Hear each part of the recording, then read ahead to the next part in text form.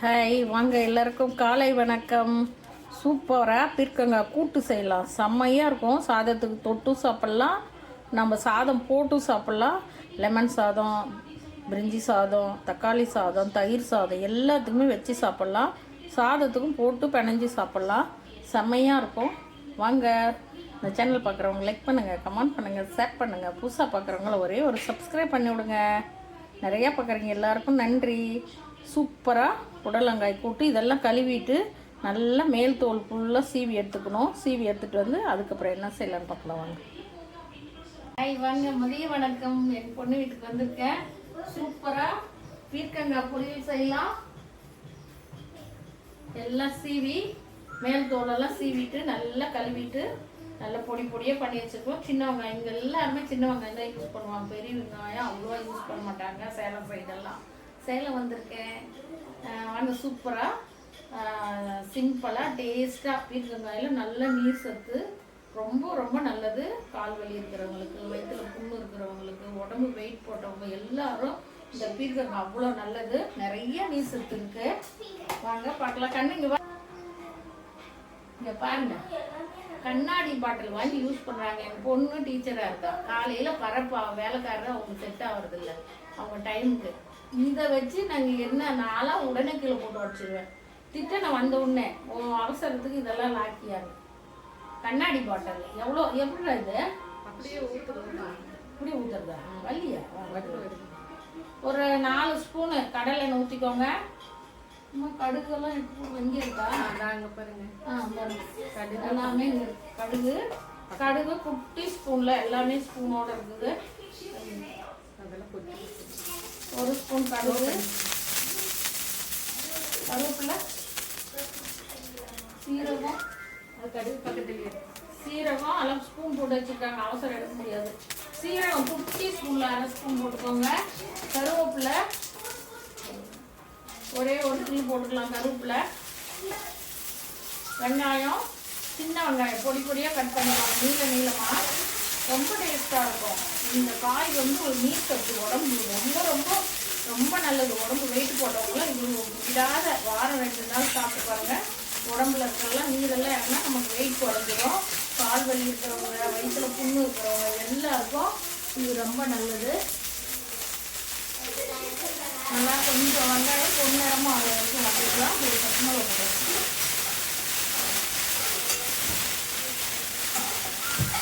ரொம்ப உடம்புக்கு அவ்வளோ நல்லது. எனக்கு கால் வலி வந்து நான் ஒரு 2 மாதம் விடாத இதையே தான் சொரக்காய், பீர்க்கங்காய், புடலங்காய் இந்த மாதிரி நீர்க்காயாக சாப்பிட சொன்னாங்க. 2 மாதம் எதுவுமே குழம்பு சாப்பிடல. நான் இந்த காயை தான் சாப்பிட்டேன். நல்லா இருக்கேன். நடம் மாதிரி இருக்கேன். மாத்திரை மருந்து கூட இப்போல்லாம் அவ்வளோவா சாப்பிட்றதில்ல. நான் நாட்டு மருந்து தான் சாப்பிட்டுட்டு இருக்கேன். ஒரே ஒரு பச்சை மிளகா டேஸ்ட் நிறைய வீடியோவில் பார்த்துருக்கேன். இந்த முனையை தூக்கி போடுங்க, இல்லை நடுவில் ஓடிச்சு போட்டுக்கோங்க. இதெல்லாம் மேலே வெடிச்சுக்கணும். வெடிச்சு நம்ம மேலேயே சொல்லுவோம்.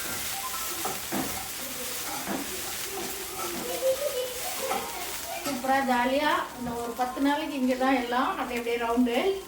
இன்னும் ஒரு பெரிய பொண்ணு வீடு, அக்கா பொண்ணு. ஆனால் நான் தான் எல்லாரையும் வளர்த்துனேன். எனக்கும் பொண்ணு தான். அதுங்கெல்லாம் இவங்கெல்லாம் பொண்ணாக இருக்கிறாங்கன்னு தான் நாங்கள் பொண்ணே வேணாம்னு பையனோடு நிறுத்திட்டோம். அதனால் எங்கள் பொண்ணு இவங்கெல்லாம் நல்லா வதங்கிடுச்சு. வதங்க பீர்க்கங்காய் போட்டுக்கோங்க. நல்லா அது இந்த தோலெல்லாம் தோல் சீவாட்டுமே நல்லா கழுவிட்டு தோல் சீவிக்கோங்க. தண்ணியில் போட்டுறாதுங்க. இதுலேயே தான் நீர் காய்ச்சி பேரே. அந்த தண்ணி நல்லா தண்ணி சுரக்கும். நம்ம இப்போ நல்லா தண்ணியிலே வேகும். இவங்கெல்லாம் டைரெக்டாக பறித்து கொண்டாந்து அப்படியே தோட்டத்துலேருந்து விற்கிறாங்க. அதனால நல்ல நீர் போதில். நம்ம சென்னையில் தான் அது எத்தனை நாள் ஆகுது என்னன்னே தெரியல. அதனால அதனால உடனே நம்ம வதக்குள்ளேயே அது நீர் கிடைக்கவே இல்லை. நல்லா தண்ணி விட்டு வேகும். நல்லா வதக்கணும்னு வச்சுக்கோங்க. 10 நாளைக்கு சூப்பராக என்ஜாய் பண்ணலாம். கிச்சனில் எப்படின்னா டக்கு டக்குன்னு எடுத்துக்கலாம். எல்லாமே கரெக்டாக இருக்குது. மஞ்சள் தூள் பெரிய ஸ்பூனு ஒரு 1/4 ஸ்பூன் போட்டுக்கோங்க. தனியா கேட்டுக்கு தனியா தூள் சின்ன ஸ்பூனில் 1 ஸ்பூன் போட்டுக்கலாம். தனியா அவ்வளோ உடம்புக்கு நல்லது. அதனால் கட்டாயம் தனியா போட்டுருங்க. தனியா ஒரு ஸ்பூனு, சின்ன குட்டி ஸ்பூனில் மஞ்சள்தூள் ஒரு ஸ்பூனு. நம்ம வெறும் மிளகாய்த்தூள் போட்டுக்கலாம். தனியாத்தூள் தனியாக போட்டுட்டேன். ஒரு 1/4 ஸ்பூன் போட்டுக்கலாம். ஏன்னா குழந்தைங்க சாப்பிடணும். உங்களுக்கு காரம் எவ்வளோ தேவையோ அவ்வளோ போட்டுக்கோங்க. நான் காரம் கம்மியாக தான் சாப்பிடுவோம், அதனால காரம் கம்மியாக வைக்கிறேன். குட்டீஸுங்க நல்லா சாப்பிட்றதுனால.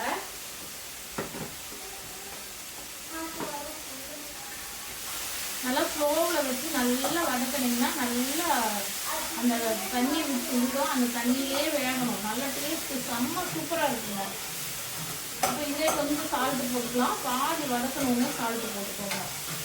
அந்த சால்ட்டு அதனுடைய நீர் எல்லாம் அந்த நல்லா அந்த தண்ணியிலேயே வேகணும். ஸ்டவ் ஸ்லோவாக வச்சுக்கோங்க. அப்போ தான் அந்த டேஸ்ட் வரும். இன்னும் கல் உப்பு எங்கே இருக்குது? அந்த ஜாடியில் பதினஞ்சு. அதுக்கு மேலே தூள் உப்பு. ஓகே, தூள் உப்பு வேணும் தான். நான் நிறைய வீடியோவில் சொல்லியிருக்கேன். கல் உப்பு தான் உடம்புக்கு அவ்வளோ சத்து. முடிஞ்ச அளவு கல் உப்பு போட்டு செய்யணும். ஒரே ஒரு ஸ்பூன். இது வதக்கினா கொஞ்சம் தான் வரும். அதனால சின்ன ஸ்பூன் ஒரு ஸ்பூன் போட்டுக்கோங்க. நிறைய போட்டுறாதுங்க. சின்ன ஸ்பூனில், பெரிய ஸ்பூனில் போட்டுறாதுங்க. காரம் உங்களுக்கு ஏற்ற மாதிரி போட்டுக்கோங்க. நான் கொஞ்சமாக தான் போட்டிருக்கேன் காரம். நீங்கள் குட்டீஸில் நானே காரம் அவ்வளோவா சாப்பிட மாட்டேன். இங்கெல்லாம் காரம் நல்லா சாப்பிடுவாங்க எல்லாரும். இருந்தாலும் இது நானும் சாப்பிட்றதுனால கொஞ்சம் காரம் கம்மியாகவே வச்சுக்கலாம்.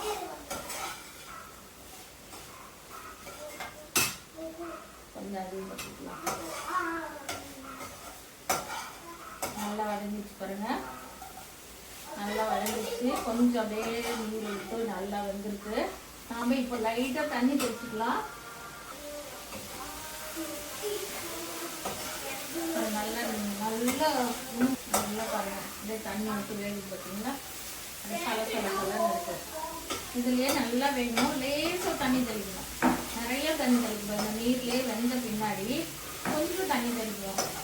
நல்ல இன்னும் பிஞ்சு நல்லா இலசா இருந்தால் நம்ம அந்த தண்ணியிலேயே அப்படியே பரட்டி தேங்காய் வேணும்னா அப்படி தேங்காய் துருவல் பண்ணி போட்டு இறக்கிடலாம். அவ்வளோதான்.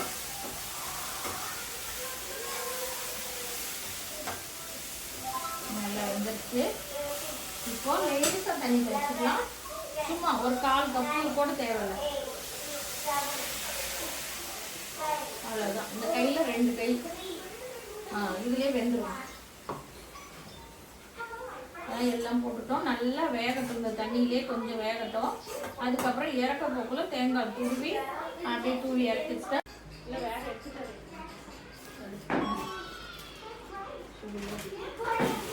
எல்லாம் பண்ணக்கூடாது.